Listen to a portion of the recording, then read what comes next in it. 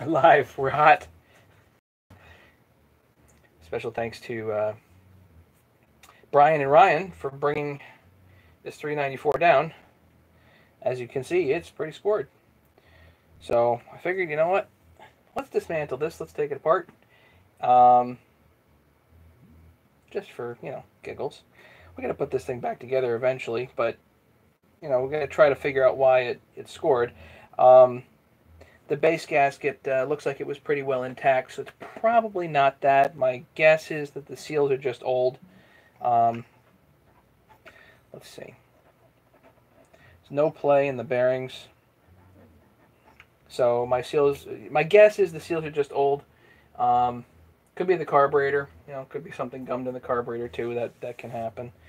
But I'm just going to basically work on dismantling this silly thing, so that you guys can see how a saw comes apart and the time involved, which is considerable. So I think this is my first go live, and I don't know about the camera angle here, so you'll apologize in advance for that. Just looking at the cylinder head, and you know what? I think we're going to be lucky enough that this cylinder head's going to clean up. The best video so far on that, Mastermind has that video on how to clean up scoring inside a cylinder head, so I won't go over that, no need.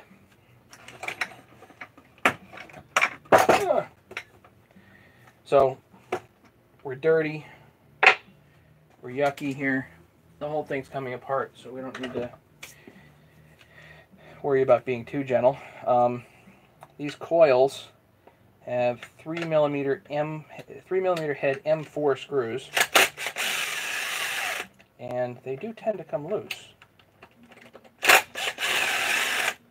I gotta admit, this was not Husky's best idea,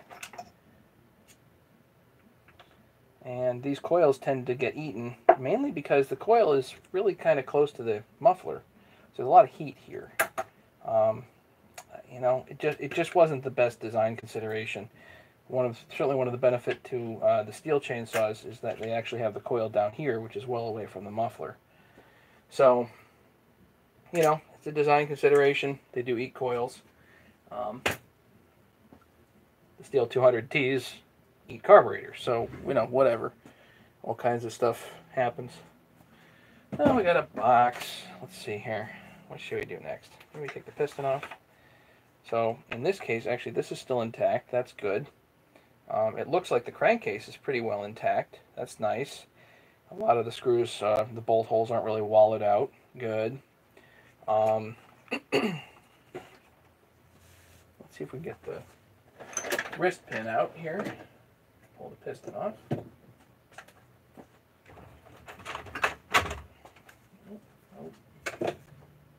Need to find a pair of pliers. Yeah, these will work. Now, I don't like the circlips facing up like this. I like the ear when it's down, but that's just me.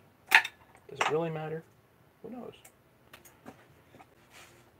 And then I take and just push it from the opposite side, and then try to grab it. Ah, look, perfect. That came out. So this piston definitely messed up.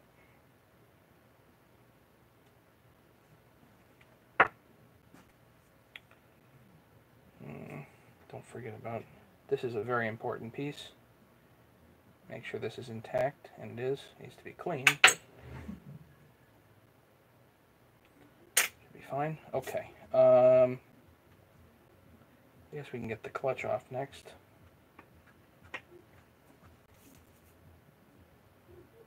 What to put in there?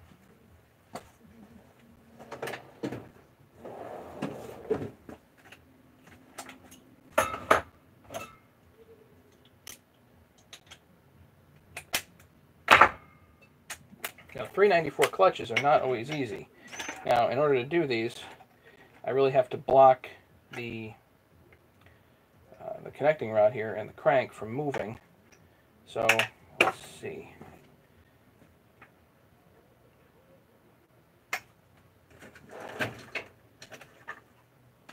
Sharpie. And hit it with the impact.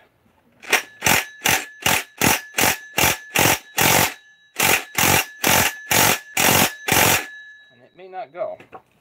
So, let's get a piece of nylon here to block this so the crank can't move. And then what we're going to do, forgot, my wife's coming home with pizza.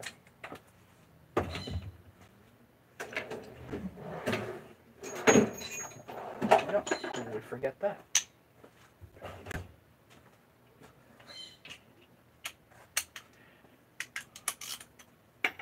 Sometimes you need a breaker bar on this because it's just that hard to get these off.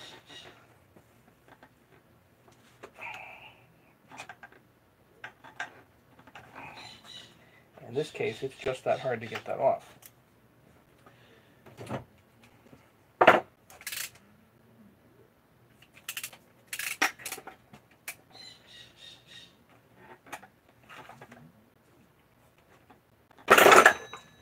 Goes. Yep. 394 clutches, not easy. They are hard.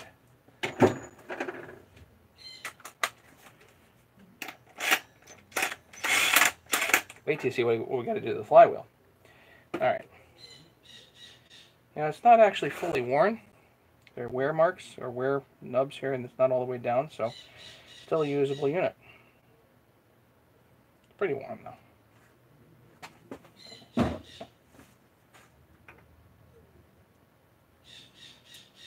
Check the pin bearing. Not missing anything. Could use a new sprocket. That's kind of shot.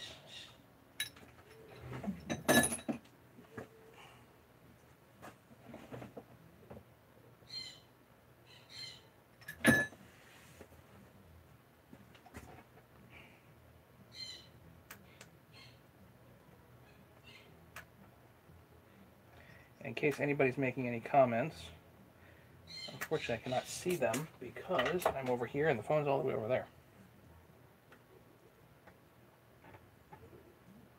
These are notoriously hard to get out, so.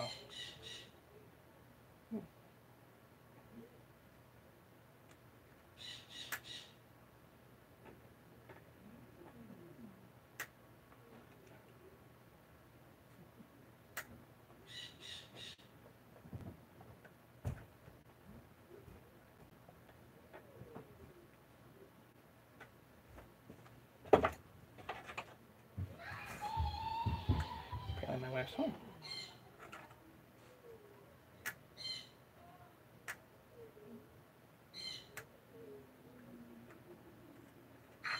There we go.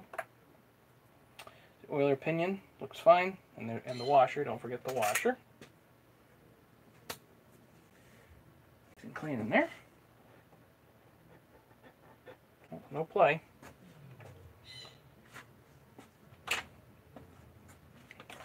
Trying to get the flywheel off here. So we don't actually need the rope.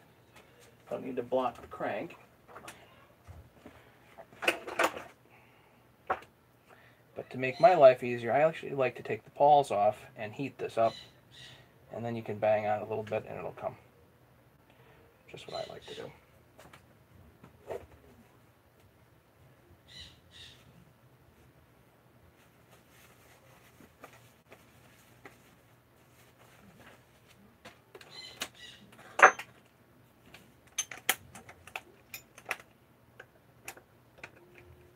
$4mm.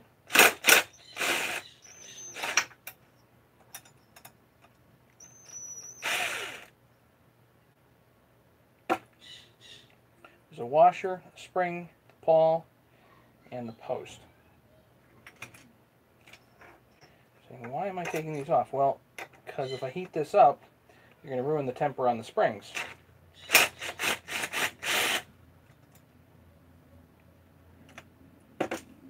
Not the top of my list of fun tonight.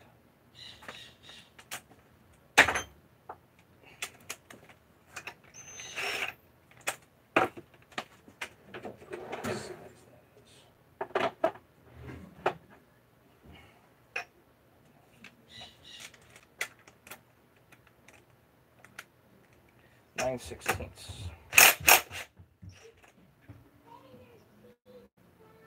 Okay, so now we can actually hit this with a little bit of heat and see if it pops off.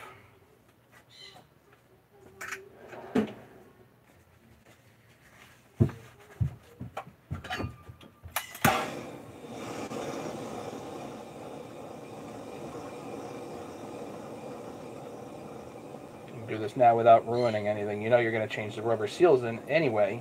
So it's really the only thing here that could possibly be ruined by heat is the rubber.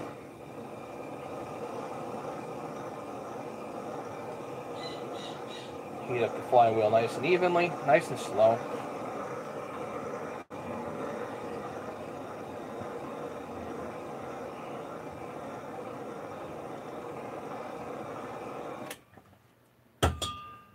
WD-40 or PB Blaster right in here is always a good idea.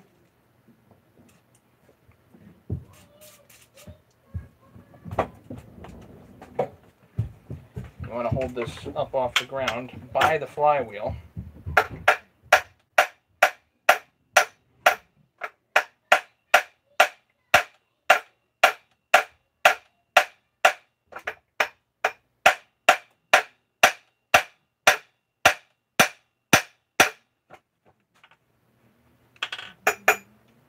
These are annoying. A little more heat.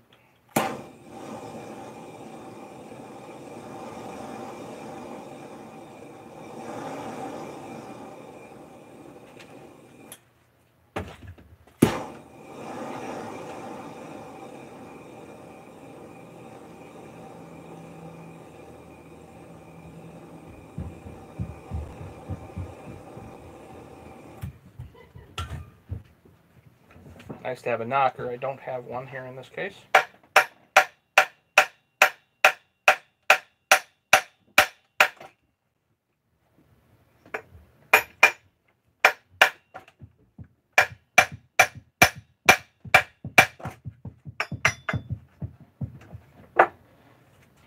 if that did it for it. You know, I put stuff down and it just disappears. I know. Nobody out there has that kind of trouble except me.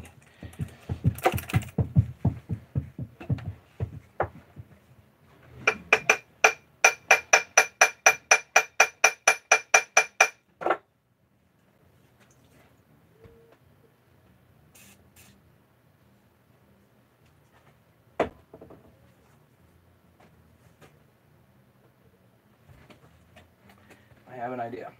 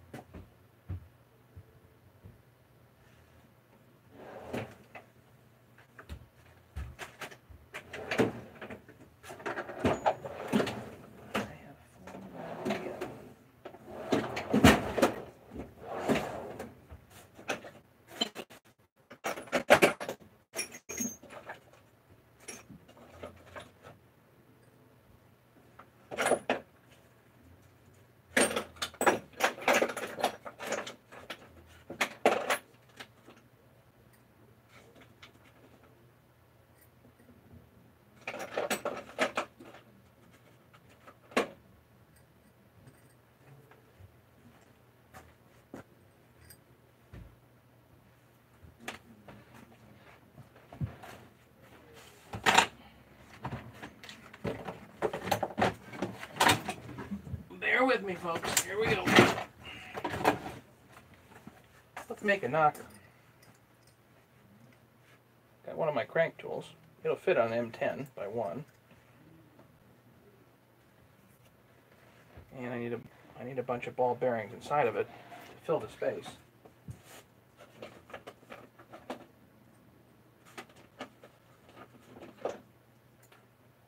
That'll do.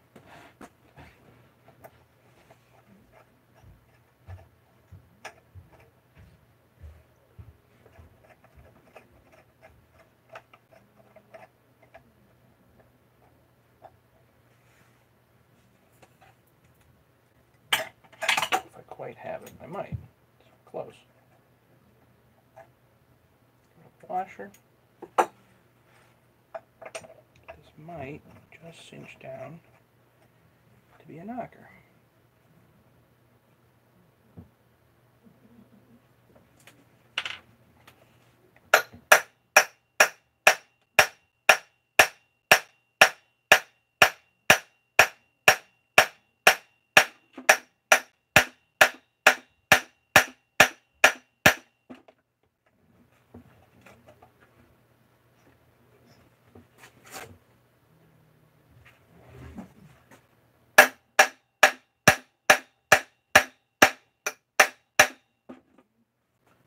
Ugh.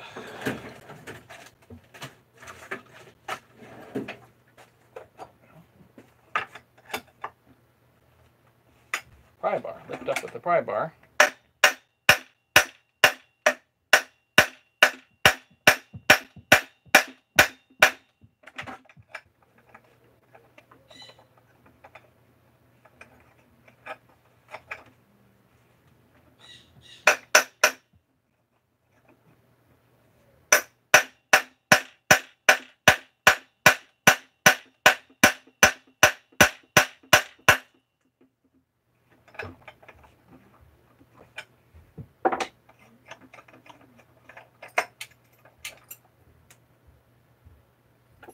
That ain't working.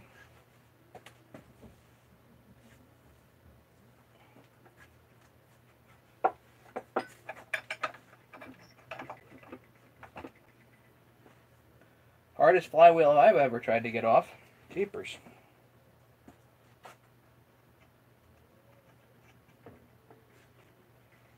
Put the flywheel nut back down here.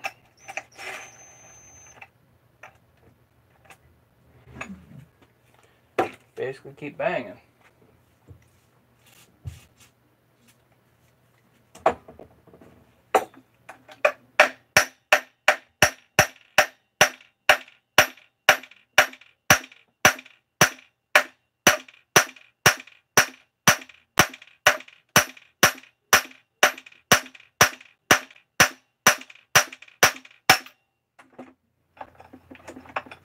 Is that it? Finally. Jeez.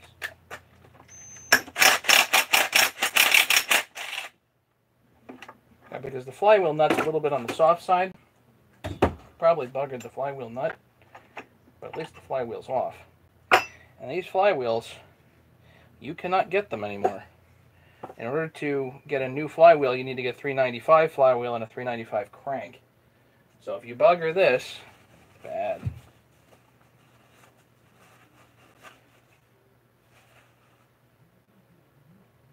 Well, doesn't feel like a bad bearing here.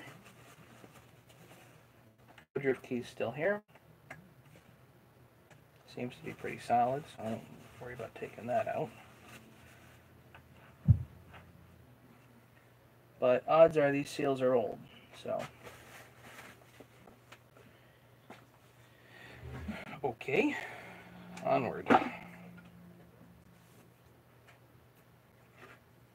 Now this is easy to clean. You just clean it and then put the balls back on and you got it. How we doing here?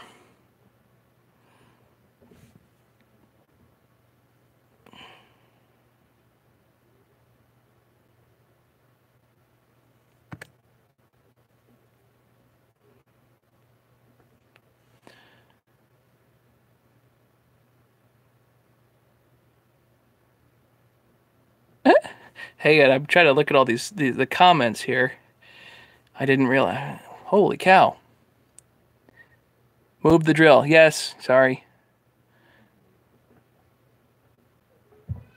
Be careful at the end of the shaft. Yes. Don't worry, guys. As it turns out, what you want to do is, if you're doing it this way, which really is the best, it would really be best to have a flywheel puller. I mean, there's no question about that. And actually, some guys have used, what is it, steering wheel pullers? Yeah, I probably need to get one of those. But if you're doing it this way, the trick is to take the nut and get the washer out of the way, because that does help, but get the nut effectively flush with the top end of the crank. So when you're banging on a little bit more surface area and you don't really mess up the crank. So I really haven't buggered a whole lot of cranks, but I've buggered a whole lot of nuts. So I know everybody wants me to, melt the saw, but it's not going to happen. Not today. Okay. So let's see here. If there's any gas left in this damn thing. What thing? And let's see if we can get the what is it? Let me get it off here. Look at the tank off, because the tank is annoying to have. We don't want that. Let's get rid of that. I should have gotten rid of that first.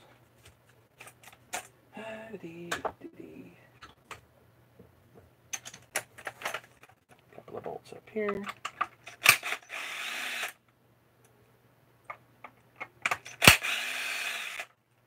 Couple of bolts, long bolts. These hold the AV mounts on.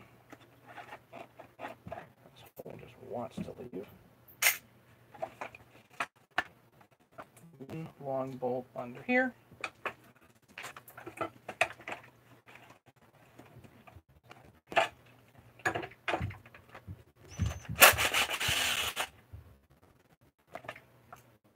And for those that are wondering, yeah, I don't actually work on this funky bench thing that I've never changed out, and I don't know why.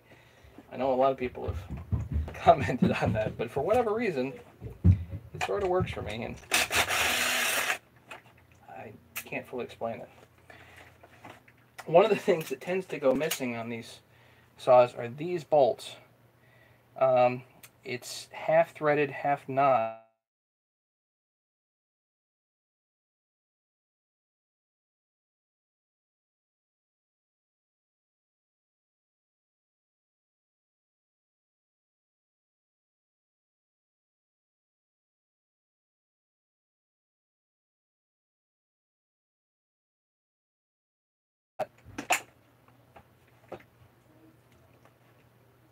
So put the tank elsewhere.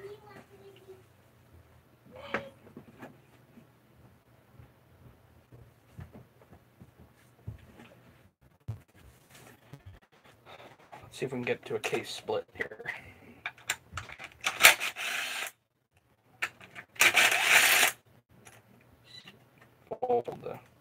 And these you can't get here, by the way. The 394 base, car bases you can't get, and they are a little different than the 395s. The throttle assembly. So save these, not throw them out. They are no longer made.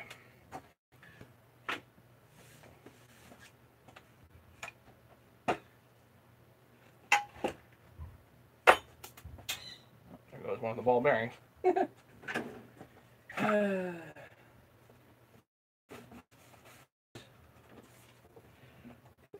Off here. And get to expose all the bolts that hold the case together, and then we can split it, which should be no problem. Actually, while I have this, let's take the dog off. So I'm gonna remove this piece. Take the 2 screws out for the dog. This upper bolt drives me nuts. Get the drill out. The upper bolt drives me nuts because it's basically proprietary. It's like a 60mm bolt. The intake bolts are 70mm. This is 60. They could have made them the same length, but whatever. So often if you put too short of a bolt in there, it strips. So you can strip out a crankcase really easily. 2 different bolts for the dog.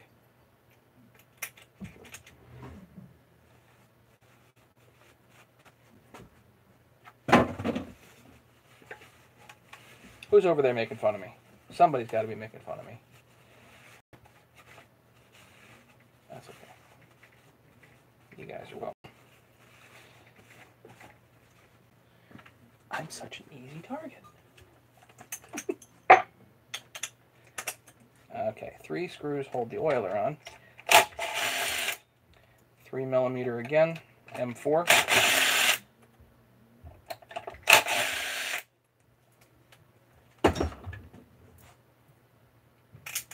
I'll take another metal tray soon.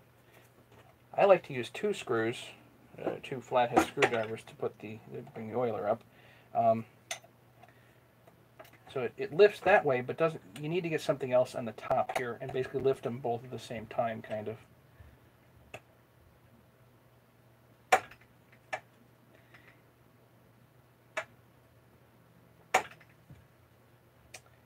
This may not be quite robust enough.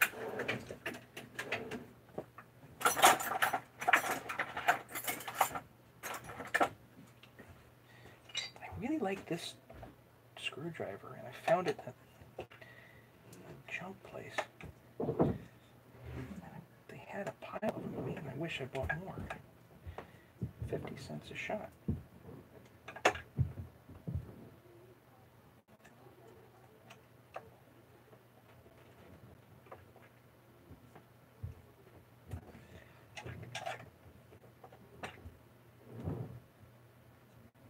There we go. Once that's up a little bit, there it goes. Okay, your oiler comes out.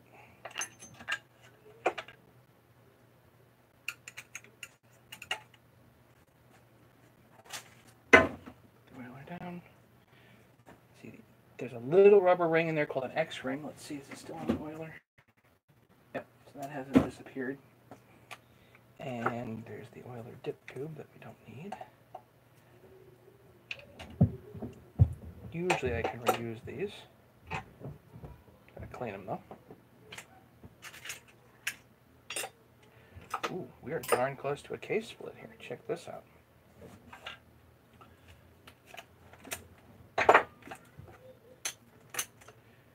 Let's get rid of this spring right here. I believe is there a washer? No, no washer. Rid of the spring. That exposes, there's a lower case bolt here.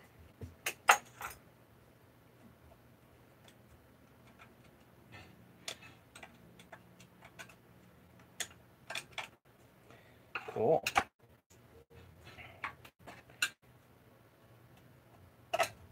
That's grungy. Now we gotta basically expose all the case bolts.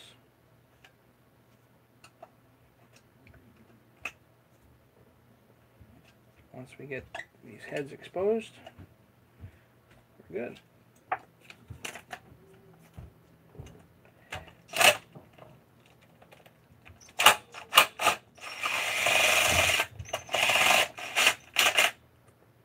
1, 2, 3,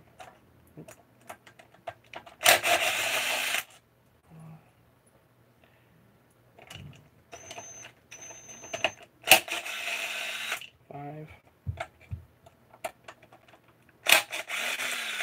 6,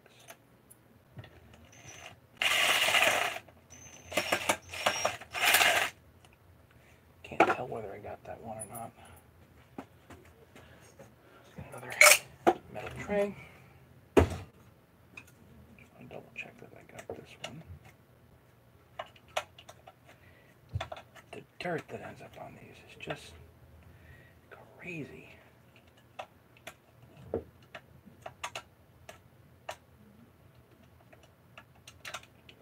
I'm pretty sure I loosened that. Okay.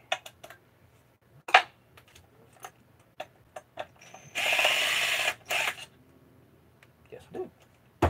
Good. 1, 2, 3, 4, 5, 6, and this upper one is actually 7. The upper dog bolt is 7.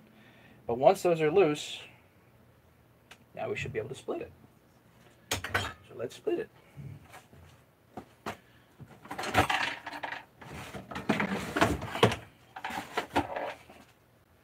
One of the problems that I've been having lately, I mean, you know, I don't do lots and lots of chainsaw stuff. I do quite a bit of it, but I obviously am not really set up to be doing big production, so I get stuff in, and if it doesn't get, you know, if I don't get the parts for it or whatever for weeks or months, stuff sits around and clogs up the whole shop. And so then I definitely never get anything cleaned up.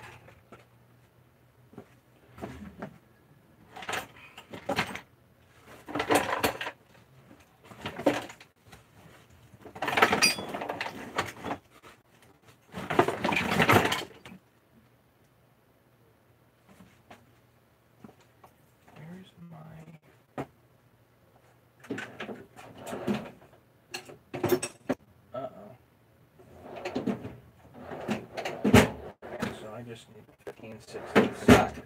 Okay. Put some in there for now.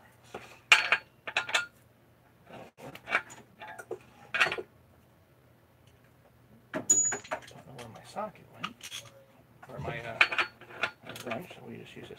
Okay, so anybody that hasn't seen a case split before, I mean, everybody's watching probably has. So, gotta make sure all the bolts are out. Once you make sure all the bolts are out, you want to split it. Get your, this is a Husky branded splitter. Well, this is actually the Chinese version of it. I've modified this a bit because the other part was weak. Is this coming apart? Yeah, that's coming apart.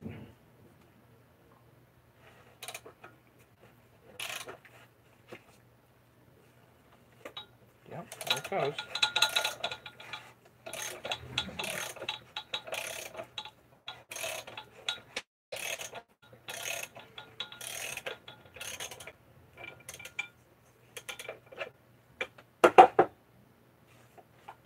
Put this down way, actually.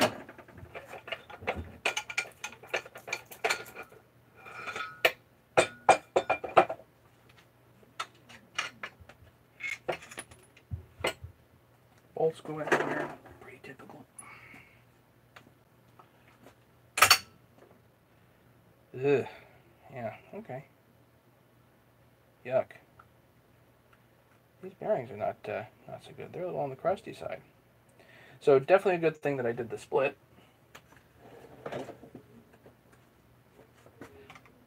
Pull out the positioning pins.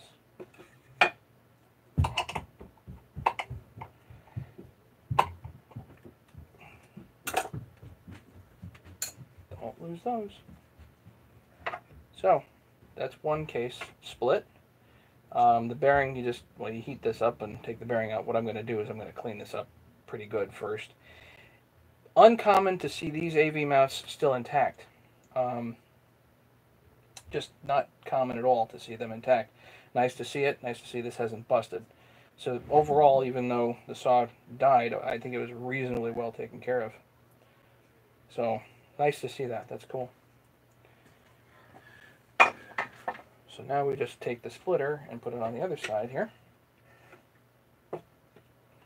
Now normally if you had a more significant woodruff key, you'd have to remove the woodruff key first, especially if you're concerned about tearing the seal, but in this case, no.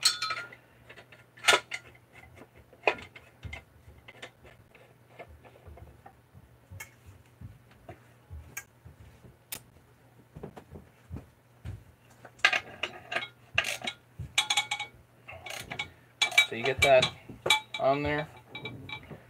Again, start cranking away. So I get it a little bit here, and it feels like there's a little bit of resistance. Just to get it moving. Just give it a tap, and you'll get it moving. Now, there's a couple of ways to split crankcases. And I've done a video of doing this with just heat. The problem always with that is you end up leaving the bearings on the cranks. If you want to reuse the crank, which I do suggest you do, if you want to reuse the crank, then you need to get a bearing puller. Harbor Freight has one for about $40–45, and that'll pull the bearings off the crank. But it's kind of a pain to do that. This is actually a lot easier to have this crankcase splitter. I think this is a lot easier to do this. Of course, if you just do it with heat and you're not planning on reusing the crank, just go buy another crank and save the other one and pull the bearings off some other time.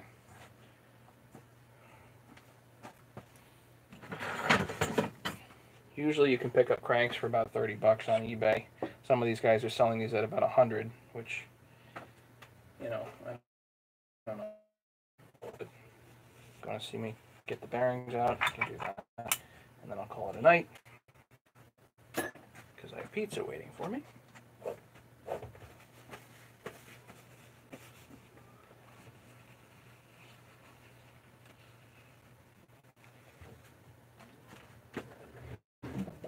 Get a big screwdriver, get in here with the seal, You can use a seal remover if you get a seal remover. If you get a seal puller, I mean those I think work just fine too. But gotta make sure though, if you're doing this, you don't want to go beyond the edge of the seal and scratch the magnesium case. That's bad. So I got lucky here. If you look on the lip of the seal, if you go beyond the seal like that and lift up, you're going to lift the seal, but you're going to leave a scratch. So if you just grab the rubber and don't go too far, you can just lift it up and it comes right out. Most of the time.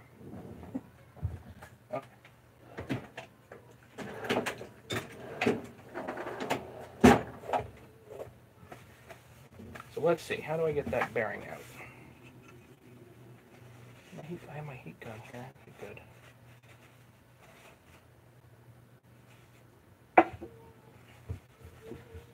I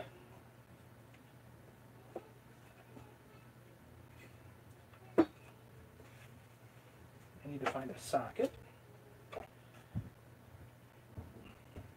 This is too small.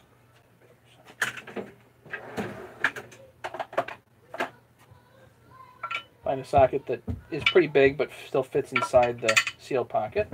That'll work. My heat gun. Just check for temperatures.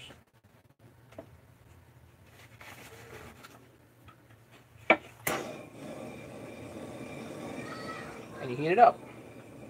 You can do this cold or hot, doesn't really matter, but I've pulled them out cold, I've pulled them out hot.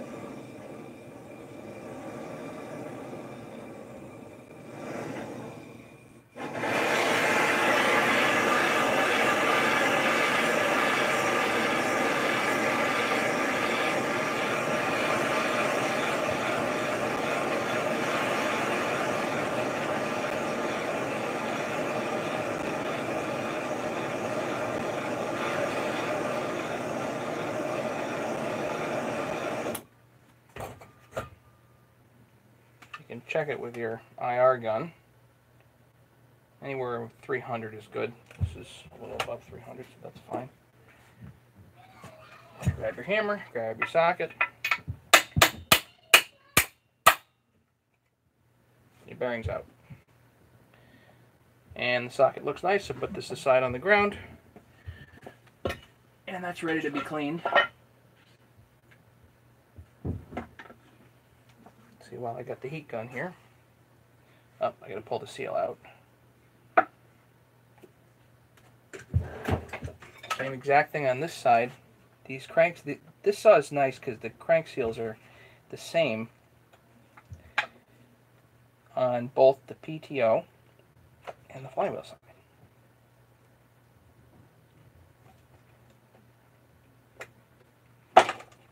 It's my own pet peeve of things. It drives me crazy when they make seals different or proprietary or whatever, what have you. That stuff drives me nuts.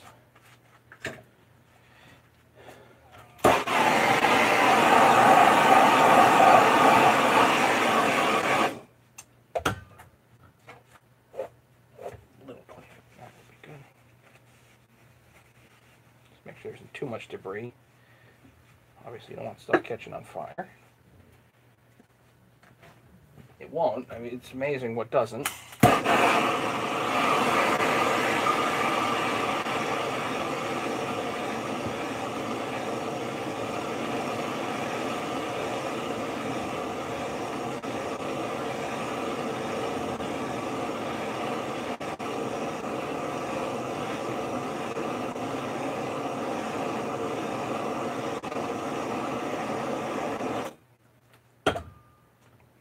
Again, down. You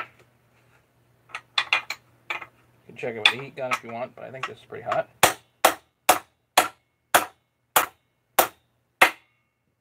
Done. Two bearings are out. Time to clean up. And we'll get the saw back together and put some new parts in her. So, let me look and see what kind of comments we got going here.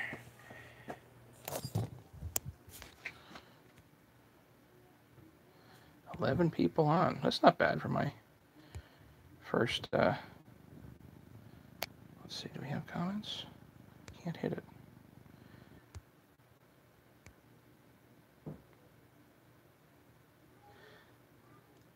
Did a 455 Rancher today. Tom, 455 Rancher? What's wrong with that?